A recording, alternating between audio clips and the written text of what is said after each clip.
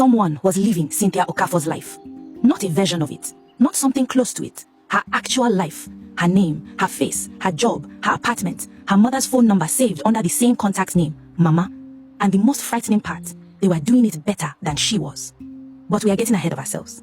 Cynthia Okafor was 32 years old, and she had built everything she had with her own hands. Senior communications officer at one of Abuja's most respected firms, her own apartment in Maitama, her own car, 10 years of early mornings and late nights, and the specific stubbornness of a woman who decided very early that she was going to make it or she was going to make it.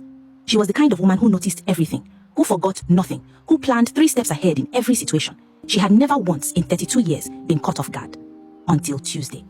On Tuesday morning, she was just a woman sitting at her usual cafe near her office, drinking her usual coffee, reading a newspaper the way she did every morning, because the noise in that cafe was the right kind of noise for thinking in. She was not thinking about anything important, she was just turning pages. And then she turned one more page, and there was her name, her photograph, her age, her office address, her mother listed as the surviving relative, printed in the obituary section of a national newspaper. Neat, formal, permanent, completely certain that Cynthia Okafor was dead. She did not scream. She did not drop the newspaper. She did not cause a scene. She just sat there with her coffee getting cold in front of her, reading her own obituary 3 times, very carefully, the way she read everything, looking for the mistake, looking for the explanation, looking for the part that made sense. There was no mistake. There was no explanation. None of it made sense.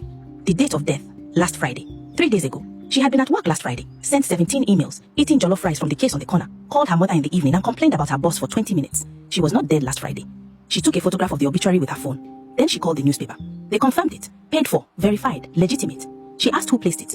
They said, "You did, madam. The contact number on the submission is your number." She looked at her phone. Her number. She went to the office. She needed familiar things around her. She needed to be somewhere that knew her. Her colleague looked up when she walked in, and something crossed her face that Cynthia had never seen there before in 3 years of sitting across from her. Not surprise, not concern, confusion. The specific confusion of someone who is looking at something that should not be possible. She said, "Cynthia, but I thought," and then she stopped. Smiled the smile people smile when they have decided not to finish a sentence, and looked back down at her work. Cynthia sat at her desk, opened her computer, tried to log in. Her password did not work. She called IT.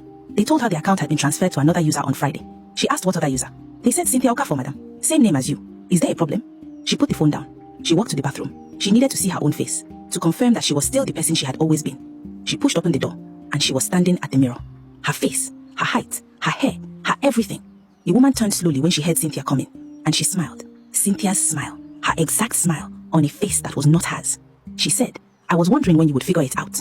You took longer than the others."